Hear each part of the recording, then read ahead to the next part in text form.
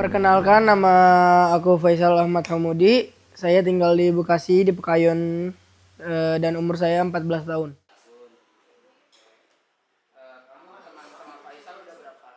Pertama aku tuh 2021 lah, itu aku tuh ikut lomba catur. Dan ini piala ini, lomba catur antar kota. Iya, lomba catur setingkat Kota Bekasi. 2 kali sebenarnya juaranya. 1 2021 nih.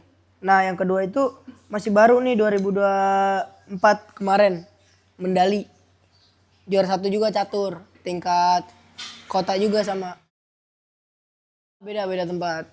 Kalau yang kemarin itu yang waktu 2021 itu tuh lawan orang yang bukan yang berkebutuhan khusus, tapi orang yang normal lah, yang tergolong normal. Nah, kalau yang 2024 ini nih semua kalangan, semua umur. Gue pengen kesini aja gitu. Jangan kesini aja. Gue ke Medan nih. Pakai segala jatuh lagi. Gimana gitu? Mau di apa dulu? Banyak lomba yang kayak lomba itu ngelukis. Juara 2 sekota juga. Terus lomba mewarnai pakai krayon. Nah, itu ya. Juara 3.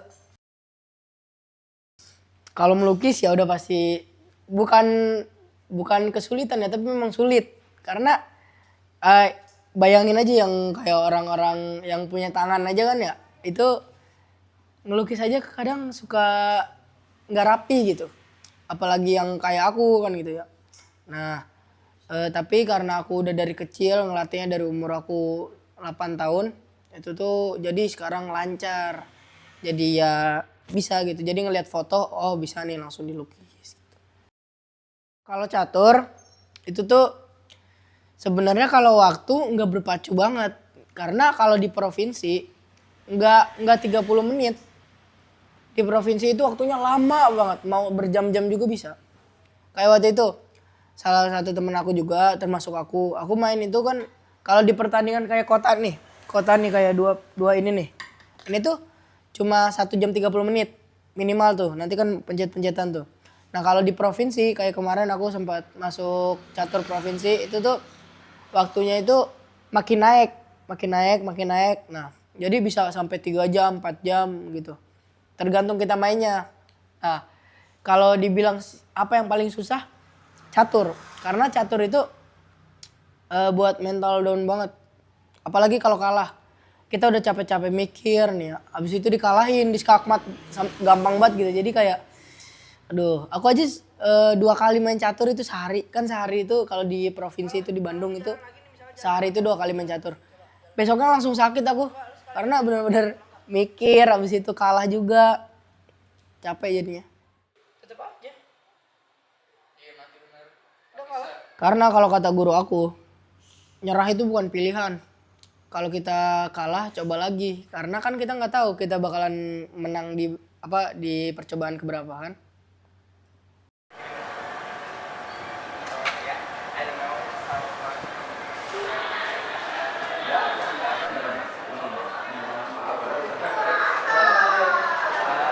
Assalamualaikum warahmatullahi wabarakatuh. Saya Aditya Gumai, saya pendiri dan pimpinan dari Sanggar Ananda Kaula Muda yang saya dirikan sejak tanggal 7 Juni 1986, dan Faisal adalah salah satu anggota yang berlatih di kelas intensive acting setiap hari Minggu di Manggarai, Jakarta Selatan. Faisal itu sebenarnya adalah satu sosok yang saya temukan di sosial media, dan saya sangat kagum dengan aktivitas yang dilakukan Faisal dengan segala keterbatasannya. Dia bermain futsal, dia juga atlet catur ya. Dan kegigihan dia, kegembiraan dia dalam menjalani hidup itu benar-benar sangat menginspirasi. Dan kemudian juga Faisal ternyata tampil juga di acara TV, diwawancara. Kemudian akhirnya saya betul-betul menemukan Faisal itu dari seorang kawan yang membawanya ke Sanggar. Yang awalnya saya baru melihat Faisal di sosial media, ternyata saya benar-benar dipertemukan dengan sosok yang sangat menginspirasi ini. Ya, bisa nggak bawa? Dan lalu kemudian kalian nggak gampang baper. Faisal bergabung rasanya sekitar 2 tahun yang lalu ya. Waktu itu begitu bertemu, kebetulan saya juga punya program TV. Saya ajak dia dalam satu peran kecil di program TV itu. Faisal ikut bermain dan kemudian akhirnya dia jadi tertarik untuk semakin mengembangkan minatnya di bidang acting. Itu awalnya kemudian Faisal bergabung di Sanggar Ananda Kaula Muda di kelas intensif acting. Ini pengaruhnya dahsyat banget. Mungkin tidak cukup 1,5 jam. Faisal sangat mampu beradaptasi dengan baik dan dia juga memiliki banyak kawan di Sanggar. Dia tidak merasa minder dengan segala keterbatasan yang dia miliki. Faisal sering tampil di panggung di depan kelas dan itu menurut saya salah satu hal yang positif dari Faisal ya. Pada akhirnya juga teman-teman sekelasnya tidak menganggap dia berbeda, dia sama seperti yang lainnya dan akhirnya juga Faisal semakin menunjukkan minatnya di bidang akting.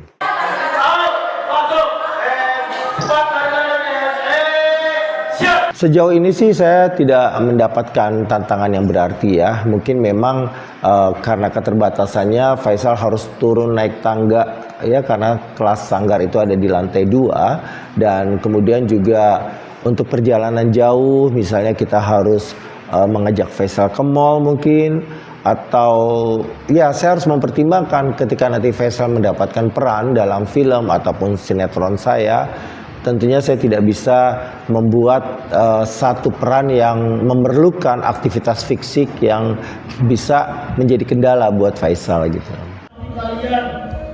Perkembangan Faisal sangat luar biasa, dia semakin percaya diri dan dia juga tidak ragu lagi untuk tampil ke depan kelas pada saat pelajaran acting dalam materi improvisasi ya. Dia mampu membuat kata-kata dengan baik dan bisa membuat satu cerita secara spontan bersama teman-temannya di kelas intensif acting.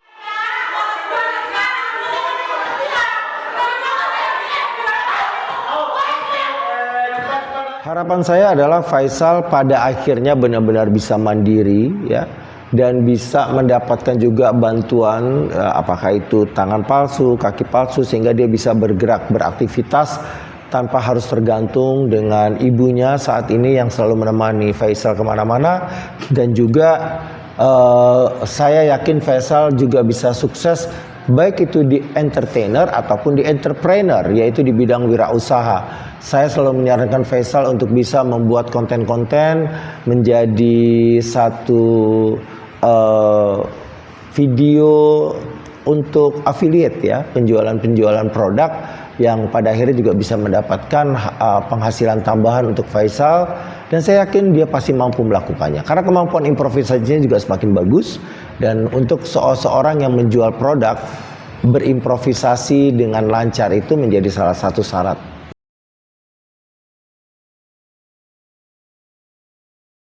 Banyak banget, apalagi terutama anak kecil.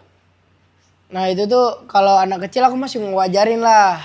Nah karena kan mereka juga masih kecil lah, masih baru pertama kali ngelihat aku juga. Tapi banyak yang buat aku respect itu ada juga anak kecil yang memang dari kecil udah diajarin sama orang tuanya buat sopan gitu. Jadi kalau ngeliat aku, halo kak, gini. Jadi nggak kayak ngatain gitu. Nah yang aku paling benci itu tuh udah gede terus masih mikir kayak bocah gitu, masih ngata-ngatain orang. Banyak tahu yang kayak misalnya udah umur belasan tahun tapi masih ngejek gitu. Nah itu tuh yang paling aku gak suka.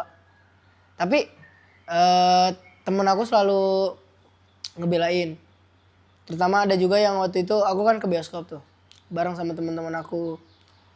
Tapi waktu pulang dari bioskopnya aku tuh diketawain sama orang. Kayak kakak-kakak lah, bukan cewek tapi cowok, abang-abang lah gitu.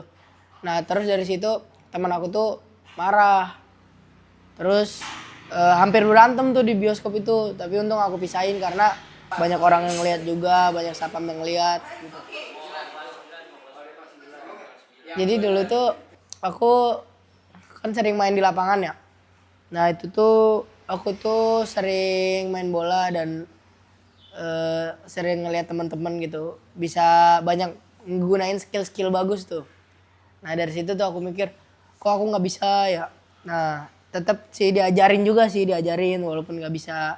Dan dari situ juga aku ngiranya aku doang gitu yang kayak gini gitu di dunia, yang kayak punya kedisabilitasan tubuh gitu. Duduk nyetel lagu enggak bercanda. Jadi ya paling merenung. Karena aku tuh tipikal orangnya itu yang nggak mau cerita gitu sama siapa-siapa. Lebih kayak nggak mau bercerita lah. Kadang kan orang juga nggak selalu bisa nerima apa yang kita terima gitu. Iya, harus pause. Enggak, Ya, sama yang sebelah lu tau kan? habis ya udah itu dari itu. Karena pertama itu tuh aku selalu ngelihat diri aku itu sama kayak orang lain gitu. Karena orang lain itu bisa berenang, aku bisa berenang. Orang lain bisa main bola, aku bisa main bola. Orang lain itu bisa main catur, aku juga bisa main catur. Dan terutama banyak teman-teman aku yang nggak bisa berenang. Banyak teman-teman aku, apalagi kayaknya hampir semua teman-teman aku itu nggak bisa main catur. Nah dari situ aku merasa tuh, wah aku itu sama mereka, nggak ada perbedaan gitu. Walau hanya kondisi fisik aku yang berbeda, tapi otak aku dan diri aku nggak beda.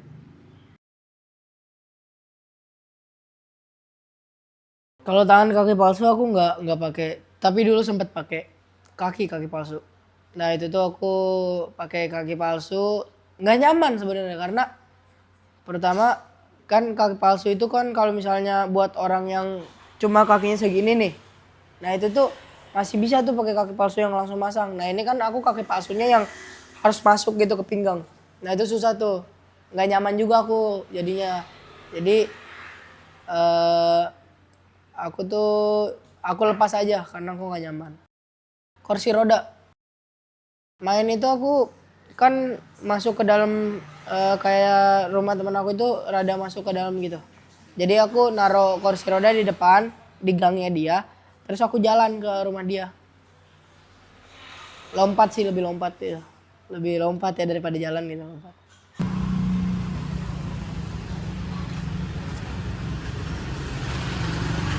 Saya nama Tina. Pekerjaan saya ibu rumah tangga. Usia saya 46. Faisal lagi pas hamil dari umur 3 bulan itu selalu cek ke dokter, tapi nggak ada apa-apa gitu, nggak ada kelainan apa-apa. Sampai Faisal udah sampai 9 bulan, dokter nggak mengatakan bahwa Faisal itu ada kekurangan gitu. Setelah lahir dikasih tahu, dokternya bilang ini anaknya nggak ada tangannya, nggak ada kakinya. Saya pun kaget, kok bisa begitu, nggak ada tangannya, nggak ada kakinya. Kan waktu cek selalu dokter nggak ada ngasih tahu bahwa ada apa-apa gitu dari kandungan, nggak ada kelainan apapun. Setelah lahir baru ketahuan bahwa Faisal itu tidak mempunyai tangan, tidak mempunyai kaki. Dari pas itu aja, pas pertama lahir saya sempat shock juga karena kayak nggak habis pikir gitu, kok bisa gitu. Tapi lama kelamaan ya kita ya terima lah apa adanya, kita bersyukur. Ya alhamdulillah walaupun kayak gimana ya tetap ya anak saya ya alhamdulillah dirawat dengan baik sampai Faisal ya udah sebesar usia sekarang udah 14 tahun. Mau masuk ke sekolah umum tapi ya gitulah, kurang respon gurunya kayaknya, ya mungkin ya bingungnya, takutnya mungkin nanti dibully teman-teman yang lain kayak gitu. Jadi saya berusaha cari sekolahan khusus buat anak disabilitas. Alhamdulillah sudah ketemu, ya saya masukin sih walaupun telat masuk sekolahnya. Di umur 9 tahun baru Faisal masuk sekolah. Tapi di rumah tetap dia les gitu, manggil guru ke rumah. Jadi pas masuk sekolah itu Faisal udah bisa baca tulis. Ya bangganya Faisal itu selalu semangat. Alhamdulillah apapun dia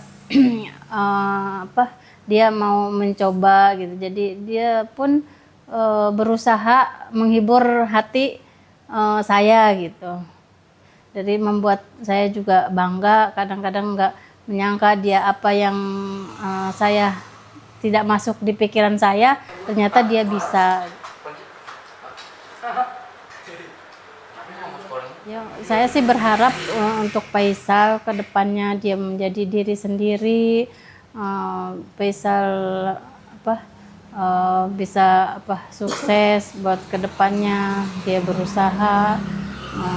Kan saya juga mungkin gak selamanya ada di sampingnya Faisal gitu.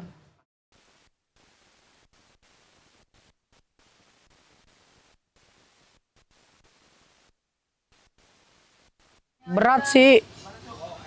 Kalau sebenarnya yang pengen aku pilih ya kalau misalnya antara catur atau atlet atau acting, ya saya pengen lebih ke acting sih, acting. Ya itu memang cita-cita aku. Ya, aku berharap buat aku biar jadi artis, jadi orang yang bisa bagian orang tua juga, dan bisa berkarir di entertainment. Kalau aku buat buat orang-orang yang mungkin memiliki kedisabilitasan atau kekurangan tubuh, mungkin jangan pernah minder, jangan pernah takut keluar. Biasa kan banyak banget tuh yang takut keluar cuma karena kekurangan tubuhnya gitu atau kedisabilitasannya. Tapi kita itu nggak boleh minder karena semua orang itu punya bagiannya masing-masing. Nggak ada yang berbeda. Mau kita gini juga semuanya sama. Aku bangga punya teman-teman yang baik, punya orang tua yang ngertiin aku, abang yang ngertiin aku, dan punya jalur hidup yang bagus menurut aku.